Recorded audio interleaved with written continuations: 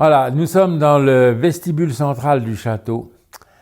C'est un endroit privilégié. C'est là où se rencontrent énormément d'harmonie, aussi bien de l'espace, de la course du soleil dans le ciel, que des forces telluriques qui sont en dessous de nous, et les proportions de cette pièce.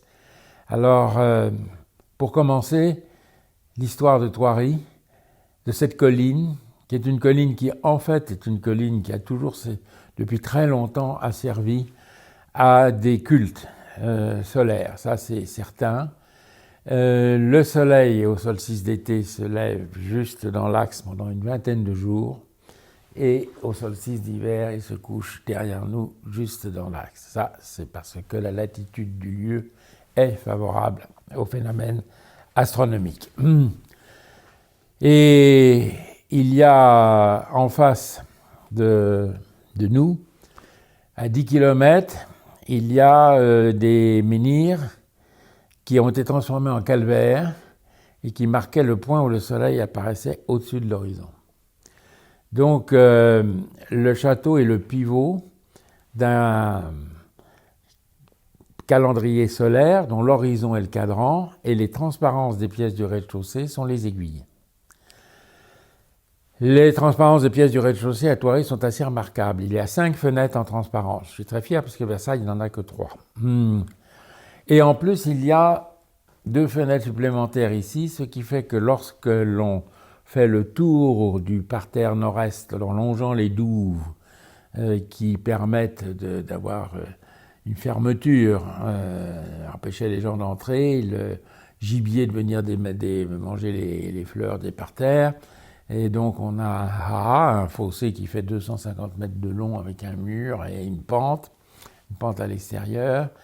Et quand on fait le tour du parterre nord-est, on voit successivement les 5 transparences glisser les unes par rapport aux autres, et chacune correspond à un moment privilégié de la course du soleil.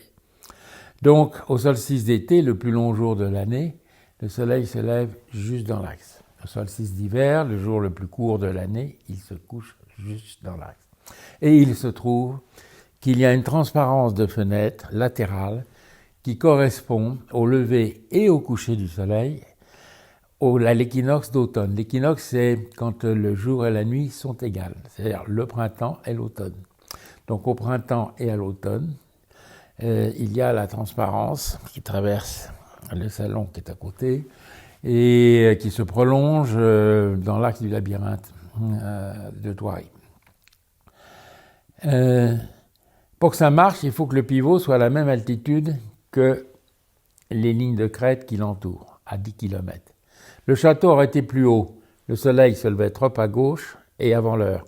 Le château, la colline du château était plus bas que les lignes d'horizon. Le soleil se levait trop à droite et après l'heure. Ce qui est le cas du château de Versailles. Le château de Versailles, on n'a pas pu le caler. Point de vue latitude, ça marchait, mais ça n'a pas marché point de vue relief. Pourquoi ? Parce que la colline de Saint-Thory est 25 mètres plus haut que le château et la plaine de Versailles est 30 mètres plus bas. Donc à Versailles, on a pris un autre axe. On a pris le lever du soleil dans l'axe de la Chambre du Roi, il y a la Saint-Louis. Il y a également un positionnement à Versailles par rapport à l'axe du Grand Canal, par rapport à l'écliptique de la Terre, parce que c'était important autrefois de bien situer un monument. Mais Thoiry est exceptionnel parce que il y a ce relief à la bonne latitude. On aurait très bien pu avoir la même latitude, une plaine toute plate, et puis le soleil se lève en face. Oui, mais problème, le moindre buisson aurait caché le phénomène. À Thoiry, la colline domine de 50 mètres la plaine de Versailles. Le miroir d'eau qui est construit au bout du jardin à la française est 50 mètres plus bas que le château. Ce qui fait que les petites maisons du village d'Andelus et les 3 lignes électriques qui traversent la plaine, on ne les voit pas. Elles sont en dessous de la ligne d'horizon. Heureusement, parce que filmer le phénomène à travers des fils électriques, ça n'aurait pas été passionnant. Donc les 3 lignes électriques sont surbaissées et on ne les voit pas du château. On les devine à peine. Et donc le fait d'être sur cette colline... alors autre chose aussi, le cadran, qui est l'horizon, fait le tour. Il fait le tour à la même altitude, sur 300 degrés. Pas au nord, mais au nord c'est pas important, au nord c'est plus bas. et la vue porte à 30 km. Mais ça n'a pas d'importance, le soleil ne va jamais au nord. Le soleil, il part l'été, au solstice d'été, il part ici, et il se couche dans l'angle derrière. Le solstice d'hiver, il se lève là, et il se couche dans mon dos. Ça, c'est d'une exactitude parfaite. On peut pas, c'est pas de la magie, rien, c'est le fait. Et ça se constate des visus au solstice, à l'équinoxe, on voit le phénomène à travers les fenêtres du château. Et donc, autrefois, ceux qui ont construit les dolmens et les menhirs, il y en a qui seraient enterrés d'ailleurs en dessous du parterre. Il y en a en tout cas en face. Et donc, manifestement, ça a été utilisé dès l'époque des dolmens des menhirs qui sont 3, 4, 5 000 avant Jésus-Christ, l'apparition des premiers agriculteurs. Ça a été récupéré par les Celtes, parce qu'on dit Stone Age, les Celtes et autres, mais les Celtes, c'est assez récent, c'est 600 avant Jésus-Christ. Mais ils ont récupéré l'outil que leur avaient laissé ces peuples qu'on connaît très mal, les premiers agriculteurs. On n'a pas grand-chose, à part ces énormes menhirs, dolmens et autres, là où ils n'ont pas été démantelés pour récupérer les pierres. Malheureusement, énormément d'entre eux ont disparu. Donc à Thoiry, il y a eu ça, il y a eu un château, il y avait un manoir fortifié, féodal au Moyen-Âge, dont on ne connaît rien. Il a été rasé pour faire le château actuel et les matériaux ont été récupérés. Mais juste derrière moi, sur la terrasse, il y a un jour, quand j'étais jeune, j'avais une dizaine d'années à peine, et il y a eu un trou. Il a beaucoup plu, il y a eu un trou, puis la terre est partie. Mon père a fait venir des camions de terre et l'a rempli. La grosse pluie d'après, c'est descendu. Alors là, au lieu de remplir, on a creusé, et mon père a fait creuser, il a trouvé un puits de 25 mètres, et au fond du puits, il y avait 5 galeries de souterrains apparemment assez vite écroulés, personne n'avait vraiment été voir, qui aboutissaient. Malheureusement, à l'époque, on s'intéressait pas du tout à ce que personne ne connaissait la fonction du château, et ça a été rebouché. Mais même encore maintenant, il y a une légère... L'endroit est marqué par une légère cuvette parce qu'il continue d'y avoir des infiltrations. Donc il y avait 5 galeries qui aboutissaient à un puits qui était là où passent les forces telluriques. Mais j'ai vu mon père être descendu, accroché à un palan, et mon père avait le vertige. Et alors il était un peu accroché à ça, puis il est descendu dans le puits, puis il est ressorti, puis il a donné l'ordre qu'on bouche. Voilà, bon, voilà. Mais j'ai noté pour que l'on sache que c'est là. Par contre, pour aller retirer les camions de pierre et de terre qu'on a mis, c'est pas demain la veille, je pense qu'on pourra le faire. Je ne sais pas si c'est d'intérêt. Puis il faut en laisser pour les autres à découvrir. Donc au solstice d'été, le soleil se lève juste dans l'axe. Au solstice d'hiver, se couche juste dans l'axe. Mais j'ai mis du temps à trouver. Mais j'ai tout d'un coup découvert une chose, c'est que quand le soleil, d'abord, ce n'est pas dans l'axe du château, c'est pas le moment où le soleil sort de l'horizon. C'est le moment où le soleil au solstice se détache de l'horizon. Donc on a le globe en pleine vision dans le vestibule central, comme le style dans l'ostensoir. Et donc ça commence un peu à gauche, puis le soleil sort de l'horizon et hop, on l'a juste dans l'axe. Et ça fait un angle par rapport à l'angle de rotation de la Terre, qui est l'axe du pôle nord au pôle sud, c'est l'axe de rotation de la Terre, et l'angle entre le lever du soleil au solstice d'été et l'axe de rotation de la Terre est 53 degrés 13. C'est l'angle d'un triangle de Pythagore, du petit côté du triangle de Pythagore. Donc en fait, et il se couche le soir à 53 degrés 13 de l'axe de rotation de la Terre. Ça veut dire que deux triangles de Pythagore encadrent le phénomène astronomique. Deux triangles de Pythagore dont l'hypoténuse commune, c'est-à-dire le grand côté commun, comme ça, est l'axe de rotation de la Terre. Enfin, c'est comme ça qu'il faut le lire. Voilà. Et l'axe de rotation de la Terre. Et au solstice d'hiver, le soleil se lève à 53 degrés 13 de l'axe du pôle sud et se couche à 53 degrés 13 de l'axe du pôle sud. Donc, 2 triangles de Pythagore encadrent le phénomène astronomique. C'est quoi? C'est la géométrie sacrée. Donc, c'est la volonté de l'homme d'essayer de maîtriser des forces de la nature qui l'échappent. Et pourquoi c'était si important le solstice d'été et le solstice d'hiver? C'est que quand nos ancêtres, c'était les premiers agriculteurs, voyaient les jours diminuer, ils se disaient « Oh là là, pourvu que ça revienne au printemps, sinon on va tous crever de faim, de froid et tout ». Donc c'était très important de mettre les dieux de son côté et les chamans de l'époque, parce que ils étaient certainement animistes. Les chamans de l'époque devaient contrôler tout cela, et avec peu de choses, ils observaient le ciel et ils avaient remarqué beaucoup de choses. On a la grotte de Lascaux, au solstice d'été, quand le soleil se couche, il éclaire le couloir, et pendant quelques instants, le fond de la grotte, une partie du fond de la grotte est éclairée. C'est-à-dire les grottes préhistoriques où il y a des peintures et des cérémonies beaucoup d'entre elles étaient orientées par rapport à la course du soleil, parce que c'était tellement important. Le soleil, c'est la vie, c'est l'énergie. Qu'est-ce que c'est qu'un menhir? Un menhir, c'est comme un obélisque. Un menhir, c'est une masse de pierre qui vibre, parce que si vous tapez fort, une pierre peut vibrer, qui vibre. Vous avez une partie dans la terre qui prend les forces telluriques et une partie dans le ciel qui vibre en harmonie avec le monde céleste. Donc c'est un lien entre le monde terrestre et le monde céleste. Dans la grotte de Lascaux, en fait, les peintures avec les bisons et autres, les hommes préhistoriques de l'époque, il y a 18 000 ans à peu près, ont reproduit sous terre la voûte céleste. Cette liaison entre la terre et le ciel, la terre où nous allons tous retourner. Tu es poussière et tu redeviendras poussière. Cette terre d'où nous sommes issus, nos ancêtres avaient cette intuition que dans le domaine de l'être, le ciel c'est le symbole du domaine de l'être, et un obélix, en Égypte, c'est un rayon de soleil pétrifié. Ce qu'on oublie souvent de dire.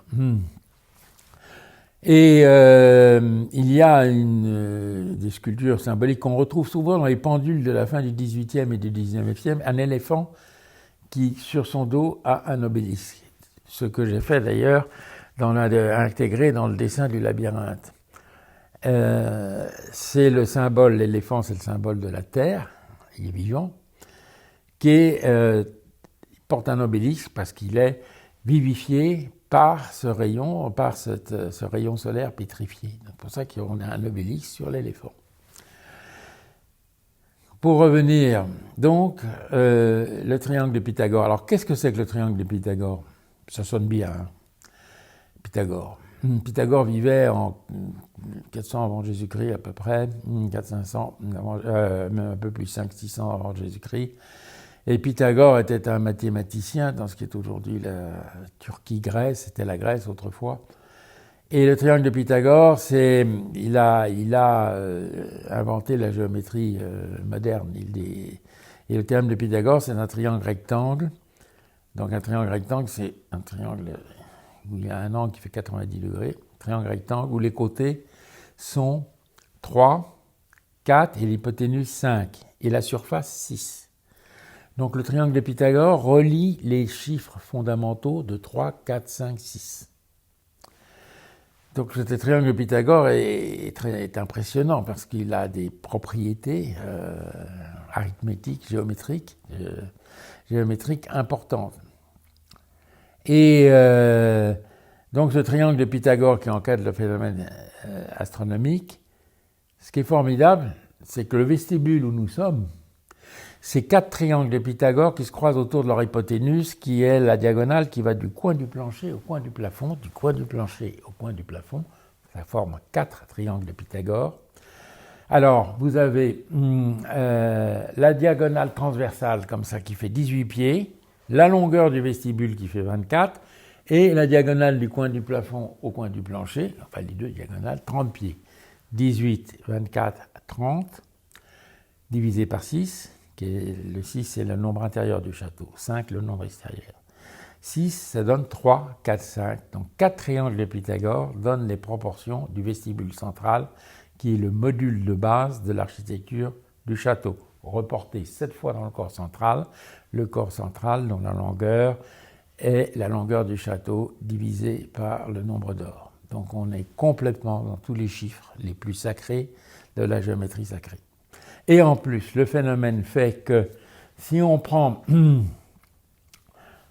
la largeur du vestibule 12 pieds, la longueur du vestibule 24 pieds, on a l'écart harmonique de Do de base et le Do d'en haut.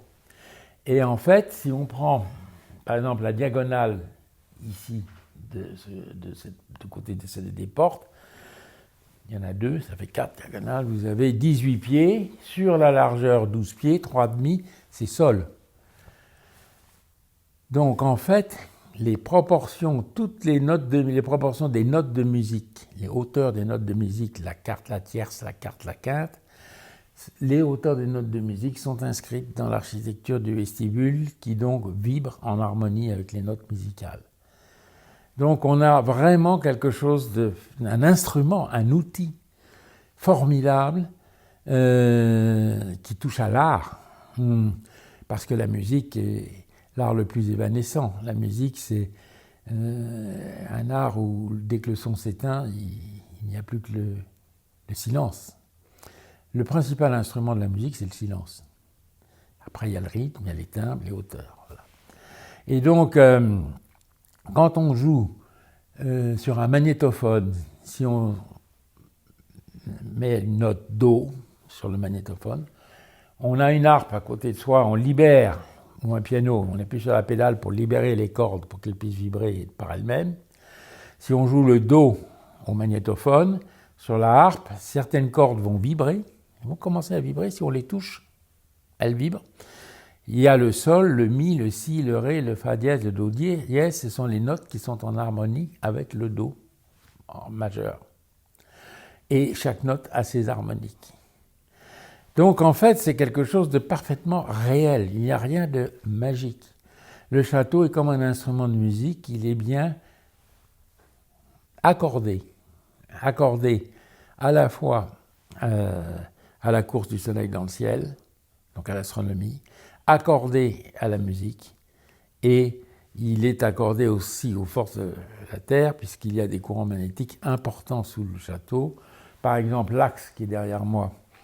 L'axe est une ligne de séparation des eaux, c'est-à-dire que toutes les eaux qui vont de ce côté-là font 30 km, ils font tout le tour, repassent devant le château dans la vallée de la Mauldre, arrivent dans la Seine, près de Guerville, avec la Mauldre, ça commence par... Et toutes les eaux qui sont à droite de l'axe qui est dans mon dos font tout un tour, moins une quinzaine de kilomètres, et passent par la vallée de la Vaucouleurs et arrivent à 3 km des autres. Donc le château est entouré par étant une ligne de partage des eaux. Et en plus, il y a également des forces telluriques importantes. Alors, celle-là, c'est moins visible que la course du soleil dans le ciel. Et en général, c'est les sourciers, les gens qui manipulent les pendules, qui apprennent à les sentir et à les quantifier. Moi, je suis capable de sentir, quand on passe au-dessus d'un courant d'eau, que ça crée un champ magnétique, mais je suis incapable de calculer le débit et autres, parce qu'il faut s'entraîner très longtemps pour arriver et puis, il y a des gens plus ou moins doués. Donc, nous sommes au cœur du château, dans un endroit qui est très important par rapport à la course du soleil dans le ciel.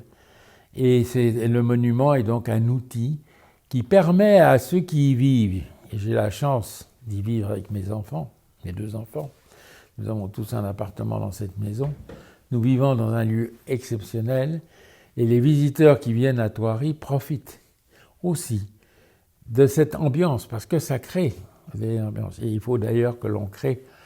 J'ai plein d'amis qui viennent utiliser le château comme un outil.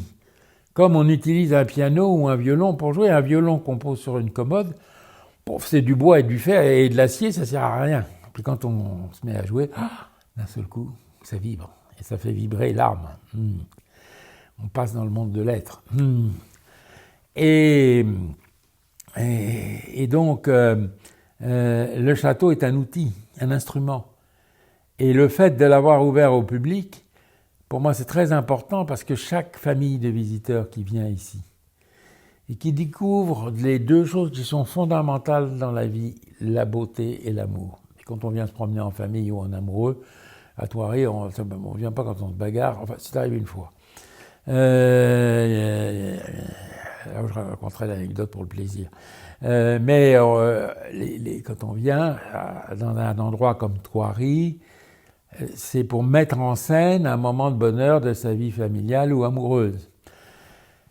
Il y a des endroits fabuleux pour ça. Il y a le Taj Mahal. François Mitterrand allait à Soloutré, voilà, dans un site très important, préhistorique important, pour se ressourcer. Il y a des sites. Vézelay est un site fabuleux où s'est passé des choses formidables. Et il y a des sites, la cathédrale de Chartres. En général, toutes les cathédrales sont construites sur des endroits qui justement étaient avant déjà utilisés précédemment pour des cérémonies, parce que le site s'y prêtait. Et voilà. Et donc, quand on vient se promener à Thoiry, même sans le savoir, on met en scène sa promenade. Et donc, Thoiry est un théâtre de la nature, un théâtre de l'histoire. Et je cherche, si Dieu me prête vie suffisamment de temps, je vais développer, créer un parcours initiatique qui va aider les gens à percevoir cela. Bon, alors pour les histoires, il y a quand même eu une bagarre à Thoiry qui a failli. C'était du temps, on était en voiture au milieu des lions. Maintenant, il y a le tunnel de verre, il y a la tyrolienne au-dessus des lions. Et on y va en camion brousse au milieu des lions. On n'y va plus avec sa voiture, mais à l'époque, on pouvait y aller avec sa voiture. Et tout d'un coup, il y a une femme qui descend, on claque la portière et dit « Salaud, puisque c'est ça, je m'en vais !» Et résolument, elle marche vers la sortie, mais il y avait 2 familles de lions dehors. Alors, le soigneur qui surveillait les visiteurs fonce avec sa voiture, ouvre la porte, prend la bonne femme, la tire à l'intérieur, dit « Ma petite dame, vous êtes complètement folle. »« Mon mari. » Pas de problème immédiat, c'est pas votre mari, c'est les lions. Hein. Bon, ben écoutez, moi je peux rien faire pour votre mari. Hein. Alors, je vous laisse à l'entrée, et puis là, votre mari vous reprend et vous emmène. « Ah, moi, remonter avec ce salaud, ça jamais. » Il a fallu appeler un taxi. Il a appelé un taxi pour retourner à Paris.